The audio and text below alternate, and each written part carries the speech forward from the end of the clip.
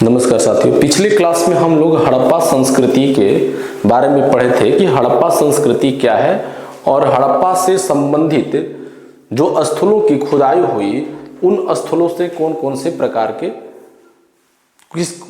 प्रकार के चीजें वस्तुएं वहां से प्राप्त हुई, इसके बारे में पढ़ेंगे।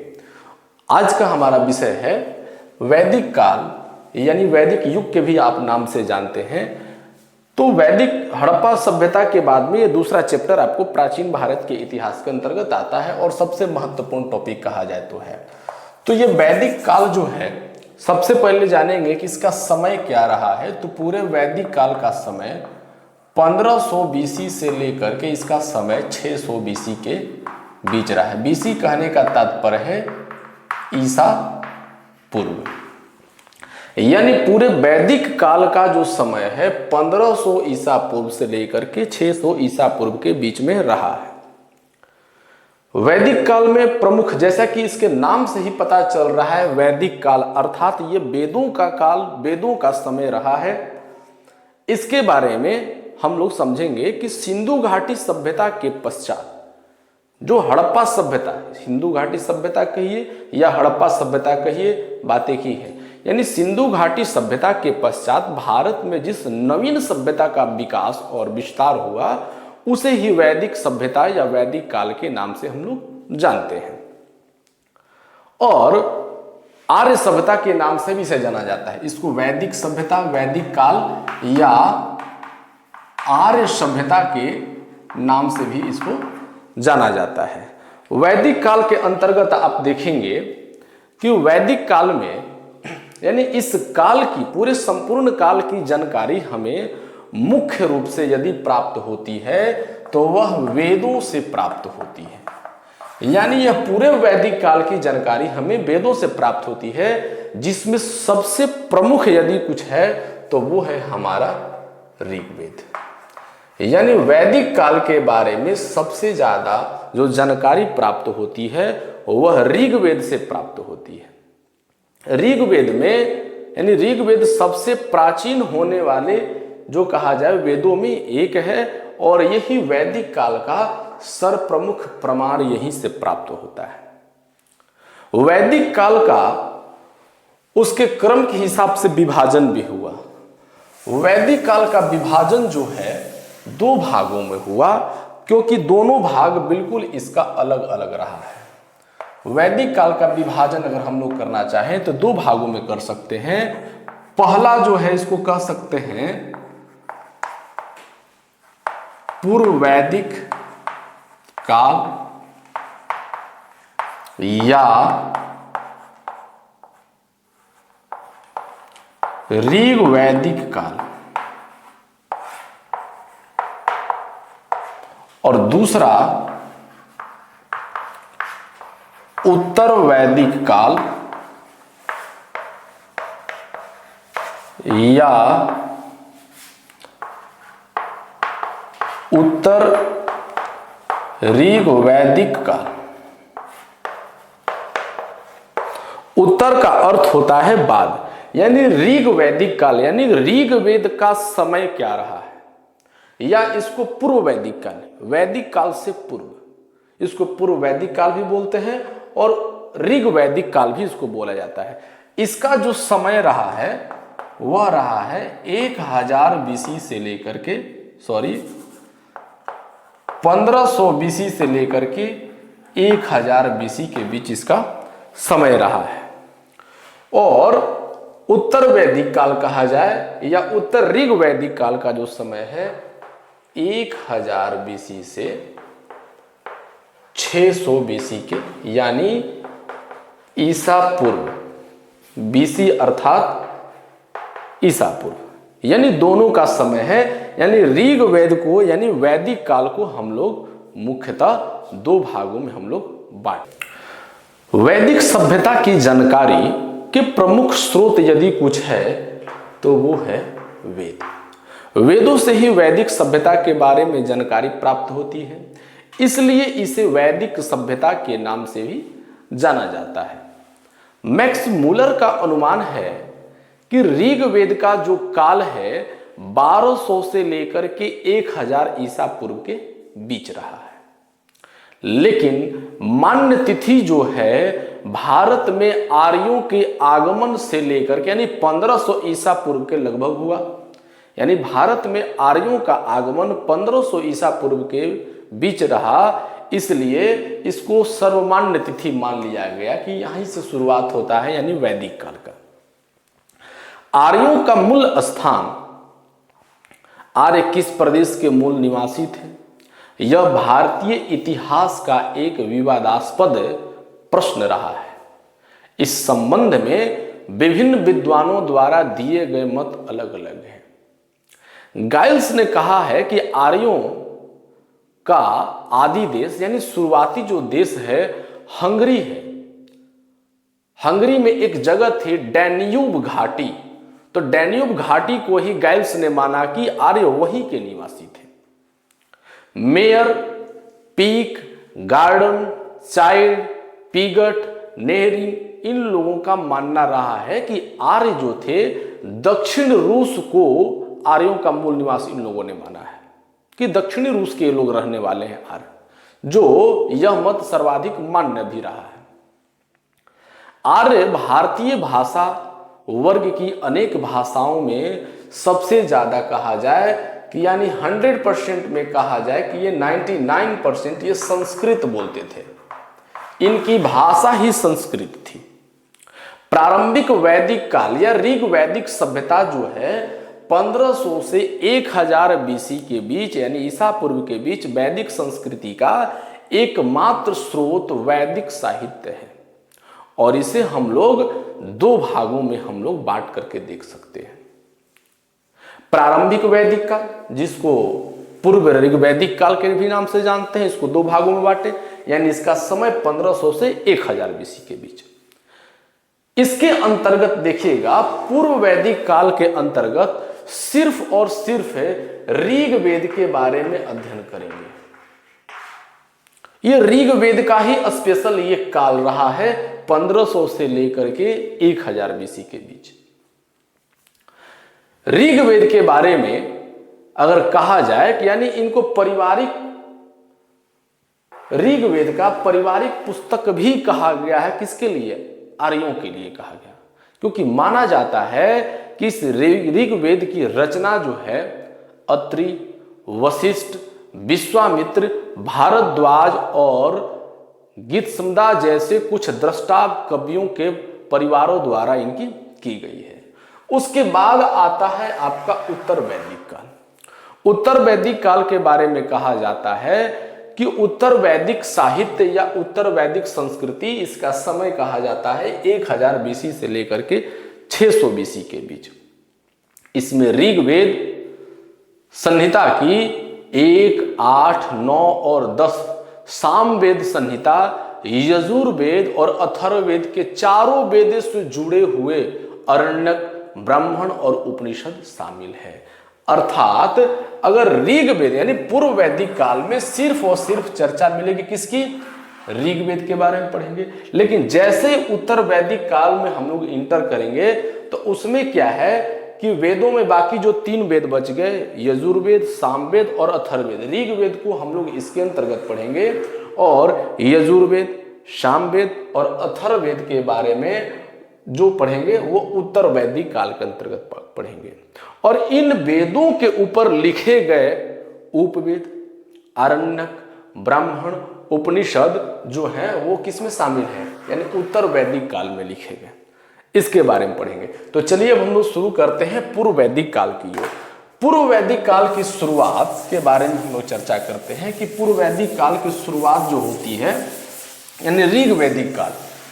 ऋग वैदिक काल कहने का तात्पर्य यहां से यानी कि 1500 से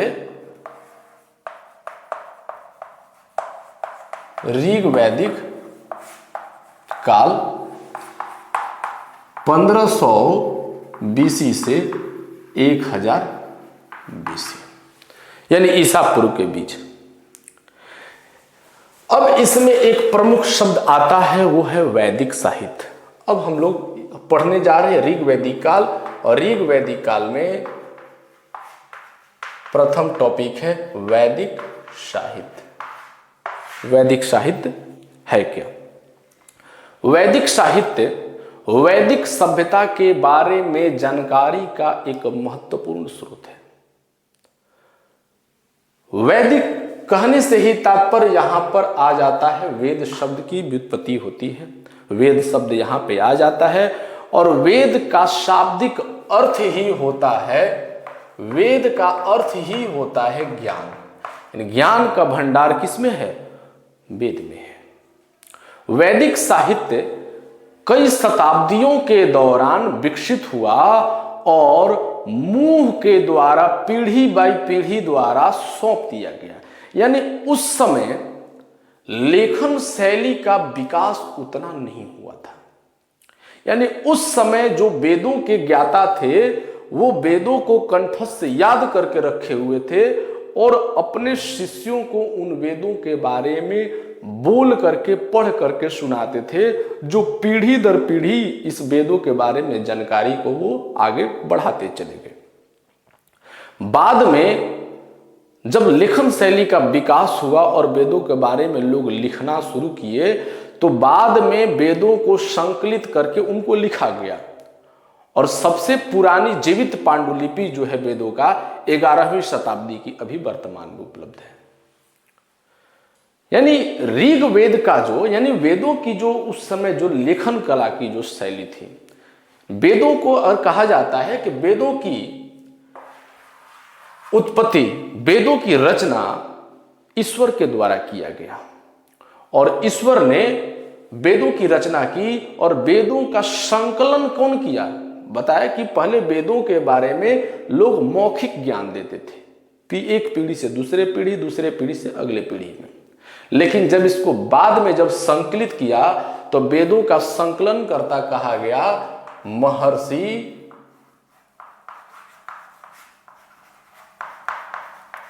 कृष्णद्वैपायन वेद व्यास को। शॉर्ट में लोग वेद व्यास कहते हैं लेकिन इनका पूरा नाम था महर्षि कृष्णद्वैपायन वेद व्यास। वेदों का संकलन इन्होंने किया और वेदों की रचना किसने की? स्वयं ईश्वर ने। अब बात करते हैं, वेद टॉपिक आता है। वेद हैं कितने? तो कुल वेदों की संख्या 4 है। प्रत्येक वेद में कौन कौन है वेद? पहला ऋग्वेद, यजुर्वेद, सामवेद और चौथा अथर्ववेद। यानी वेदों की संख्या कुल 4 है। वो कौन कौन से हैं? ऋग्वेद, यजुर्वेद, सामवेद और अथर्ववेद। 4 वेद हैं, इसके 4 भाग हैं। कहा जाता है, संस्कृत में एक श्लोक है उसमें इन चारों वेदों के बारे में कहा जाता है कि ऋग्वेद, यजुर्वेदो, सामवेदो, अथर्वणम रक्षन्तु चतुरो वेदा यावश्चंद्र दिवाकरो। यानी इस वेद की महत्व तब तक रहेगी जब तक इस संसार में सूर्य और चंद्रमा की महत्व, अर्थात सूर्य चंद्रमा तो कभी समाप्त होने वाले नहीं हैं। यानी इन वेदों की तुलना जो है, वेदों के बारे में, वेदों को स्वयं सूर्य और चंद्रमा के प्रकाश से जो संबोधित किया गया है। ऋग्वेद के बारे में हम लोग पढ़ते हैं कि इन वेदों के बारे में सबसे पहला हमारा है ऋग्वेद। ऋग्वेद जो है सबसे प्राचीन वेद है, सबसे पुराना वेद है और भारत में प्रारंभिक वैदिक लोगों के जीवन को यही दर्शाता है। यूनेस्को ने विश्व मानव विरासत को दर्शाने वाले साहित्य की सूची में ऋग्वेद को शामिल कर लिया गया है। ऋग्वेद में 1000, देखिए जितनी भी बातों को लिख रहे हैं आपके परीक्षा में पूछा गया प्रश्न है और पूछा भी जाता है। ऋग्वेद में 1028 सूक्त हैं। कितने सूक्त हैं? 1028 सूक्त शामिल हैं, जो पूरा ऋग्वेद 10 मंडलों में विभक्त है। कितने मंडलों में है? ऋग्वेद 10 मंडलों में विभक्त है और उस 10 मंडल में 1028 इसमें सूक्त हैं और इन सूक्तों में कुल मंत्र यानी ऋचा, मंत्र और ऋचा शब्द एक ही है। ऋचाओं की संख्या 10,562, किसी किसी पुस्तक में देखेंगे 10,462 68 वगैरह दिया हुआ रहता है। हमने जहां तक जानकारी की कि ऋग्वेद में 10,562 ऋचाएं यानी मंत्र हैं कुल मिलाकर के। ऋग्वेद में कुल मंडलों की संख्या 10 है और सूक्तों की संख्या 1028 है। ऋग्वेद में जो मंडल हैं यानी इसमें सबसे बड़ा कौन है? पहले बड़ा है मंडल, मंडल के अंतर्गत आते हैं सूक्त और सूक्त के अंतर्गत है ऋचा यानी कि मंत्र। ऋग्वेद में 2 से लेकर के 7 मंडल तक, ऋग्वेद के 2 से लेकर के 7वां मंडल सबसे प्राचीन कहा जाता है। ऋग्वेद का सबसे प्राचीन हिस्सा कौन सा है? 2 से लेकर के 7वां मंडल सबसे प्राचीन है इसलिए, और इन कहा जाता है कि इन मंडलों की रचना एक ही गोत्र के ऋषियों के द्वारा किया गया, इसलिए 2 से लेकर के 7वां मंडल को गोत्र मंडल के नाम से भी इसको जाना जाता है, या पारिवारिक मंडल, गोत्र मंडल, कई नाम भी इसके लिए आए हुए हैं क्योंकि एक ही कुल के संतों ऋषियों के द्वारा इसकी रचना की गई है। और 2 से लेकर के 7वां मंडल ऋग्वेद का सबसे प्राचीन मंडल है। ऋग्वेद के तीसरे मंडल में, जैसा कि हम बताए कि ऋग्वेद में कुल कितने हैं? 10 मंडल है। ऋग्वेद के तीसरे मंडल में क्या है? गायत्री मंत्र का विवरण मिलता है। प्रश्न पूछा हुआ है परीक्षा में, गायत्री मंत्र ऋग्वेद के कौन से मंडल में है? तो ऋग्वेद के यह तीसरे मंडल में गायत्री मंत्र का विवरण मिलता है। गायत्री मंत्र को सावित्री सूक्त भी कहा गया है। ऋग्वेद में जो 8वां मंडल है, यह जो 8वें मंडल में देखेंगे जो इसमें सूक्त दिए गए हैं वो विभिन्न देवी देवताओं को समर्पित हैं। ज्यादातर कर्ण कबीले द्वारा इसकी रचना की गई थी। ऋग्वेद में एक मंडल है 9वां मंडल, इसमें सभी सूक्त, जितने भी सूक्त इसमें दिए गए पूरी तरह से सोम देवता को समर्पित हैं, इसलिए ऋग्वेद के 9वें मंडल को सोम मंडल के नाम से भी जाना जाता है। ऋग्वेद के पहला मंडल यानी प्राचीन में 2 से 7वां था, बाद में पहला, 8वां, 9 और 10 यानी 4 मंडल ये बाद में जोड़े गए। पहले मंडल में, मंडल 1 में यह मुख्य रूप से जो है मंडल 1 इंद्र और अग्नि को समर्पित है।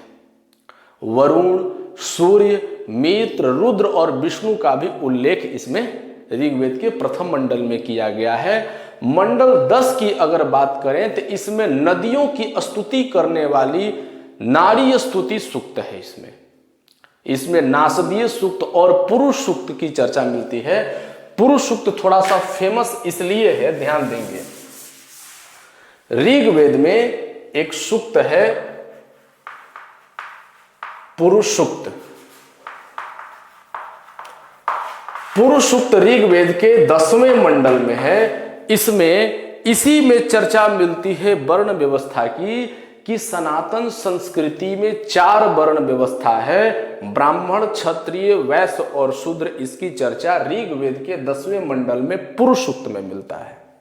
ये कई बार, लगभग 50 से अधिक बार यह प्रश्न कई परीक्षाओं में पूछा गया है। इसको याद रखेंगे कि वर्ण व्यवस्था, जाति व्यवस्था नहीं, जाति व्यवस्था और वर्ण व्यवस्था बिल्कुल 2 अलग अलग चीज है। यानी कि 4 वर्ण बताए गए हैं पुरुष सूक्त में ऋग्वेद के 10वें मंडल में, ब्राह्मण, क्षत्रिय, वैश्य और शूद्र। इसमें ऐसे सूक्त शामिल हैं जो पारंपरिक रूप से शादी, विवाह और मृत्यु जैसे अनुष्ठानों के दौरान भी इसका उपयोग किए जाते हैं। ऋग्वेद की अब बात करते हैं कि ऋग्वेद की कुल कितनी शाखाएं हैं, थोड़ा सा इसको भी समझ लेते हैं। ऋग्वेद की 2 शाखाएं हैं, शाकल और संखायन। शाकल और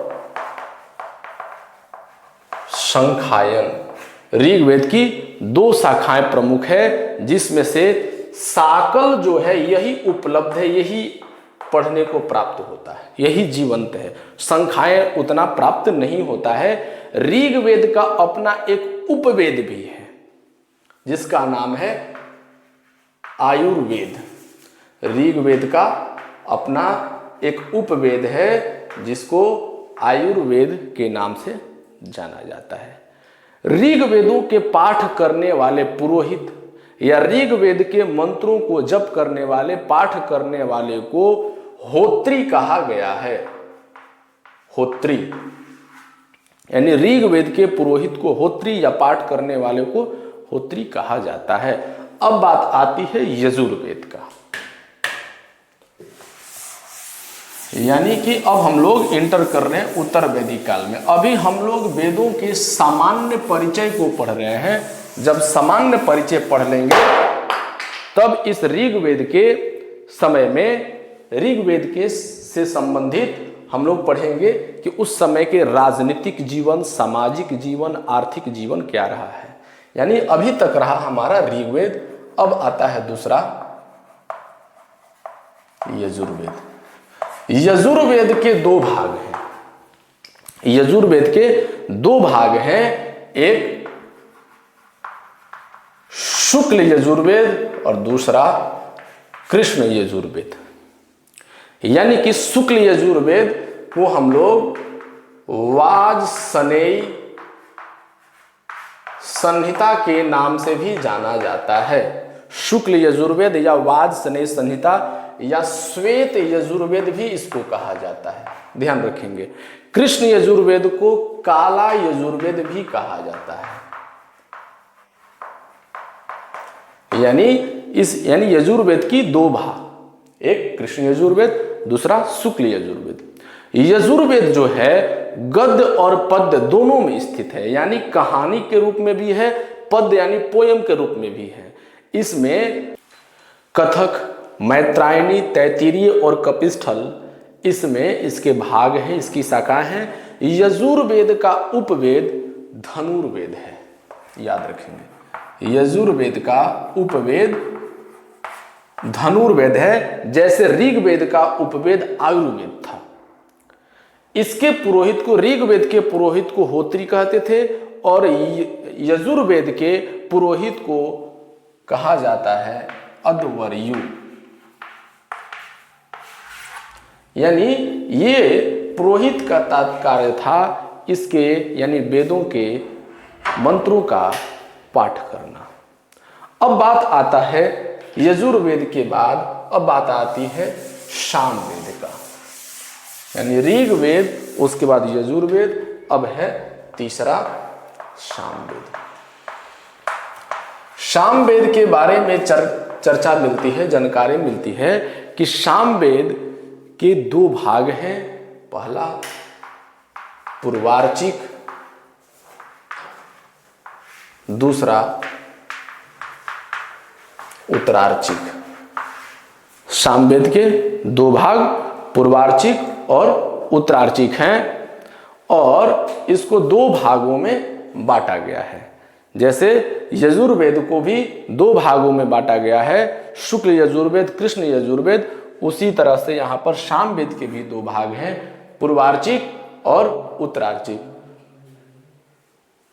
सामवेद के मंत्रों का अगर कहा जाए कि मंत्रों का जो पाठ करने वाले ऋषि थे उनको कहा जाता था उद्गाता। सामवेद के मंत्रों के पाठ करने वाले महर्षि को उद्गाता कहा गया है। यानी कि यह पूरा सामवेद जो है छंद के रूप में है। सामवेद को यह पूरा जो है पूरा का पूरा संगीत पर यह आधारित है। यानी संगीत की जननी भी कहिए तो पूर्ण रूप से सामवेद है, जो संगीत के संकेतन के साथ साथ इसमें प्रदान किए गए हैं छंदों को, और इसमें पवित्र गीतों का प्रदर्शन के लिए इसके सहायक के रूप में रखा गया है। सामवेद में प्रसिद्ध एक राग है ध्रुपद राग। ध्रुपद राग ध्रुपद राग गायन शैली जो है सामवेद से ही संबंधित है, जिसे मध्यकाल में तानसेन ने गाया था। तानसेन का नाम आपने सुना होगा। सामवेद की शाखाएं कौतुमा, रत्नायनिया, जैमिनी ये इत्यादि हैं। सामवेद का उपवेद है, सामवेद का उपवेद गंधर्व वेद है। सामवेद का उपवेद है गंधर्व वेद। सामवेद के पाठ करने वालों को जैसा कि हम बताएं उद्गाता कहा जाता है। इसके भी दो भाग हैं, कौन? पूर्वार्चिक और उत्तरार्चिक। इसके बाद चर्चा मिलती है सामवेद के बाद अथर्ववेद के बारे में। चौथा है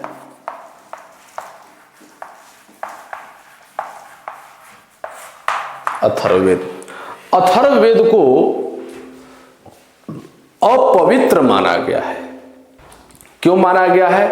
कि यह अथर्ववेद यह बुरी आत्माओं का खतरों को दूर करने के लिए इसमें जादू मंत्र से संबंधित टोना टटका की बात इसमें की जाती है। इसमें एक अथर्ववेद को गैर आर्य कार्य माना जाता है। कहा जाता है कि ये आर्यों की देन ये नहीं है। इसमें शौनक और पैपलदा पाठ शामिल हैं। शिल्पवेद अथर्ववेद का उपवेद है। अथर्ववेद का उपवेद कौन है? शिल्पवेद। अथर्ववेद को अपवित्र वेद के रूप में रखा जाता है। इसे अपवित्र कहा जाता है।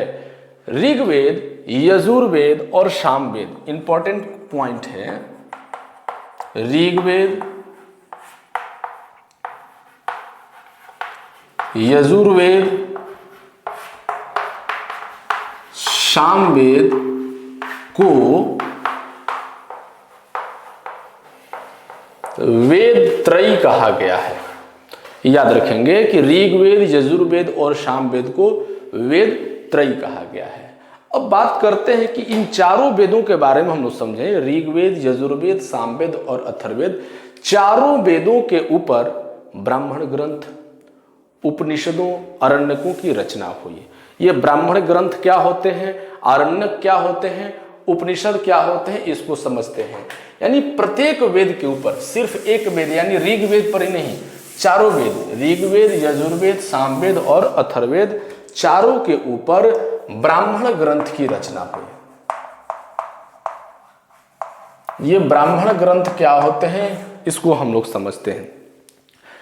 ब्राह्मणों में वैदिक ऋचाओं के अर्थ, उनके अनुप्रयोगों के मूल कहानियों के बारे में विवरण मिलता है। प्रत्येक वेद से कई ब्राह्मण जुड़े हुए हैं। ऐतरेय और कौशितकी ब्राह्मणों को विवरण के लिए ऋग्वेद को आवंटित किया जाता है। यानी ऋग्वेद के ब्राह्मण कौन कौन से हैं? ऐतरेय,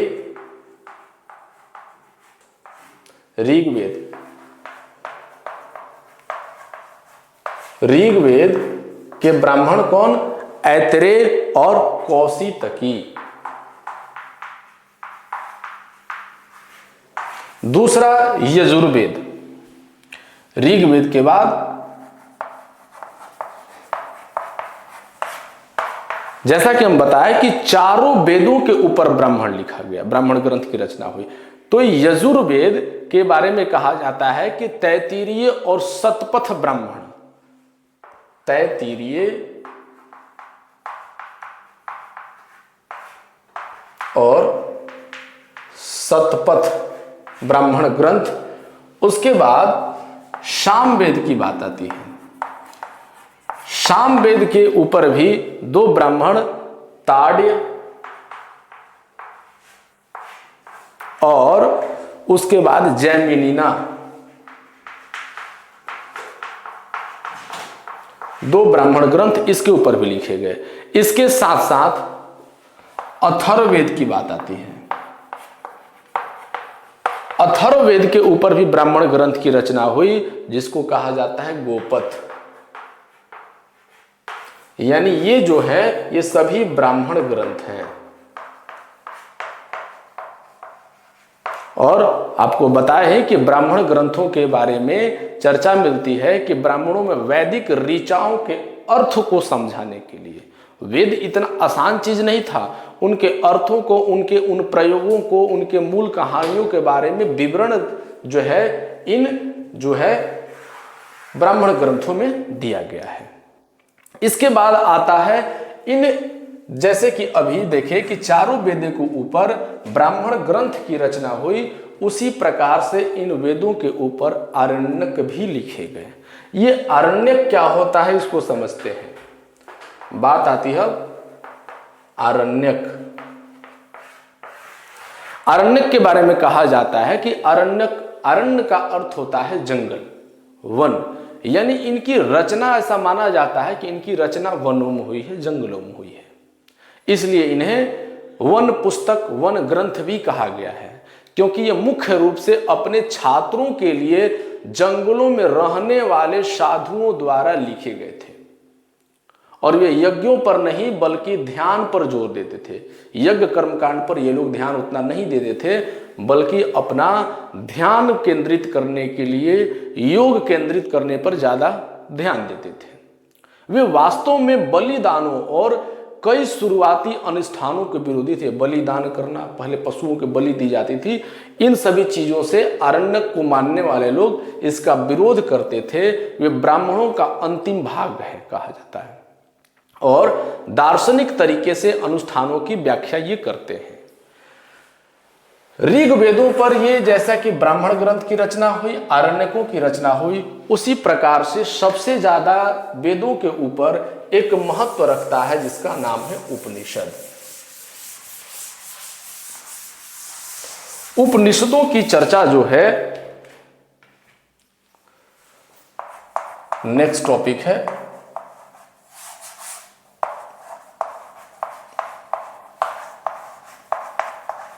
उपनिषद।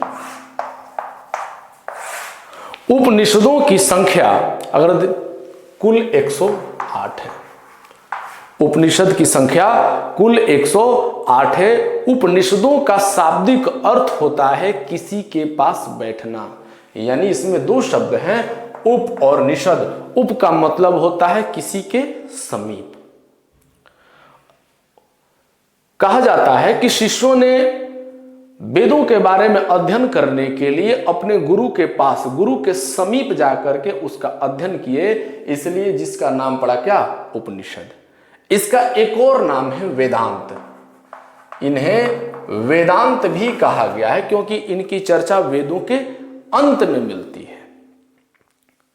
कुल 108 उपनिषद हैं, जिसमें से शंकराचार्य ने कुल 13 उपनिषदों पर अपना भाषा टीका लिखा है। उन्होंने कुल 13 उपनिषदों में कौन कौन है?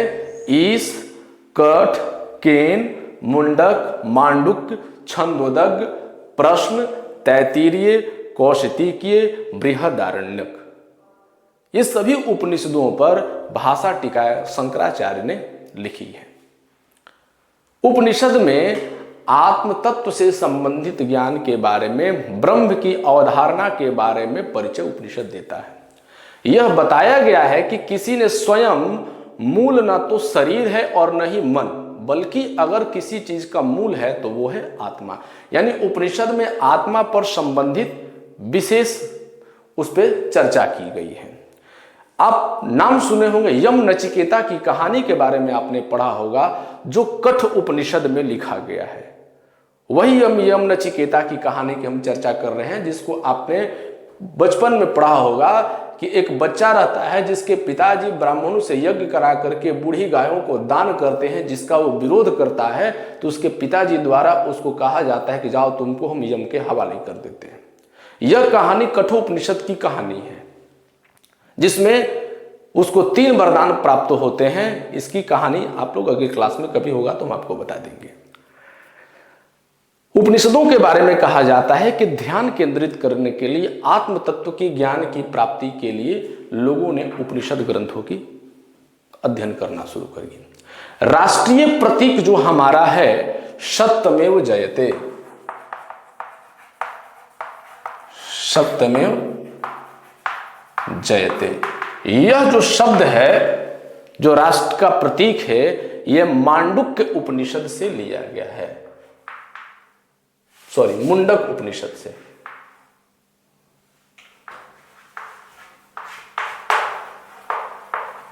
यह मुंडक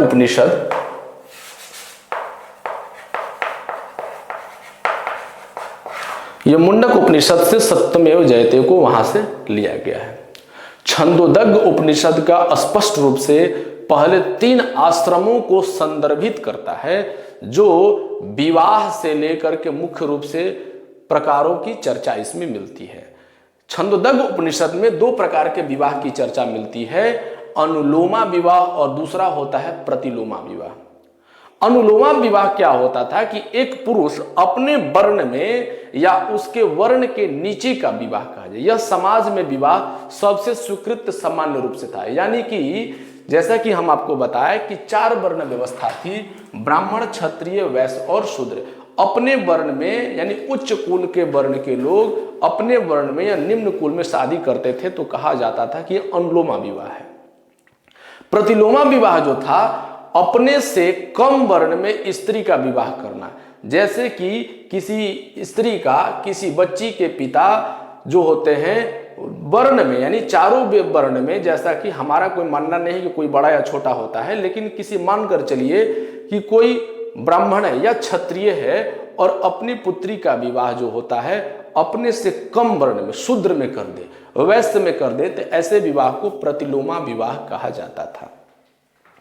उपनिषदों के बाद एक चर्चा मिलती है, वेदांग शब्द की चर्चा मिलती है। अब ये वेदांग क्या है? जैसा कि वेदांग नाम से ही आप समझ रहे होंगे, यानी वेदों के अंग, यानी वेदों के कुल अंग भी थे। उन वेदों के अंग कुल कितने थे? वह 6 थे। कौन कौन? तो वेदों के 6 अंग, वो जिसे हम लोग शास्त्र के नाम से भी जानते हैं। कोई पूछेगा कि शास्त्र की संख्या कितनी है, तो 6। वेदांग की संख्या कितनी है, तो 6। उपनिषद और वेदांत, यहां वेदांत है, ये वेदांग है यानी वेदों के अंग, ये वेदांत वेदों के अंत, यानी शास्त्र की संख्या 6, वेदांग की संख्या 6। शास्त्र कुल कितने हैं, कौन कौन से हैं? तो शास्त्र के बारे में कहा जाता है कि शरीर के जिस प्रकार से शरीर के अंगों की तरह ही वेदों के अपना परंपराओं के अध्ययन के अनुसार उनका भी एक अंग रहा है, और जिसकी सहायता से और संरक्षण से सहायक में वृद्धि कार्य करते हैं, यानी जो वेदों के अध्ययन करने में बहुत सहायता करते हैं। उन्हें मानव मूल का रूप माना जाता है। जैसे मनुष्य का अपने अंग होते हैं शरीर का, उसी प्रकार से वेद के अंग है। कहा जाता है कि इसी के माध्यम से वेदों को समझा गया। ये शास्त्र की संख्या कुल कितनी है, तो 6। कौन कौन? शिक्षा, कल्प, व्याकरण, निरुक्त, छंद, ज्योतिष। 6 है। शिक्षा, कल्प, व्याकरण, निरुक्त, छंद, ज्योतिष। आप ऐसे याद कर सकते हैं। शिक्षा जो है वो ध्वनि से संबंधित, उसमें ध्वन्यात्मकता है। कल्प में कर्मकांड से संबंधित कर्मकांड विज्ञान की चर्चा मिलती है। ज्योतिष में खगोल विज्ञान के बारे में है। व्याकरण तो व्याकरण है ही, निरुक्त में व्युत्पत्ति के सिद्धांत है, और छंद जो है मैट्रिक्स है, कहा जाए तो बिल्कुल मैथमेटिक्स है। कल्प सूत्र को जैसा कि बताया कि 6 शास्त्र हैं। कौन कौन? शास्त्रों की संख्या 6। शिक्षा, कल्प, व्याकरण, निरुक्त, छंद, ज्योतिष। ये 6 शास्त्र हैं। कहा जाता है कि कल्प सूत्र में, ये कल्प सूत्र के 3 भाग हैं। कौन कौन? स्रोत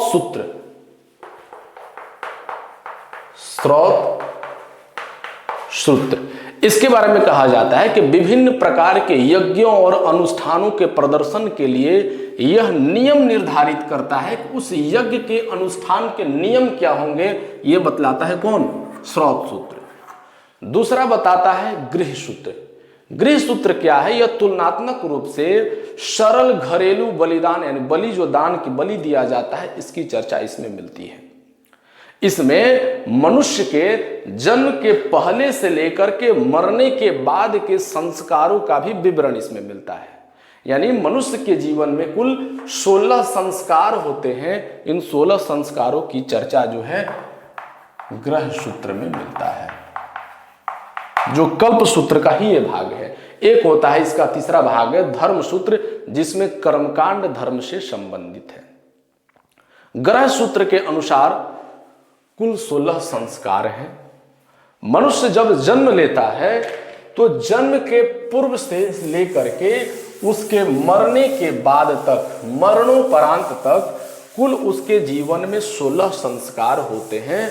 उन 16 संस्कार को हम लोग बारी बारी से समझते हैं।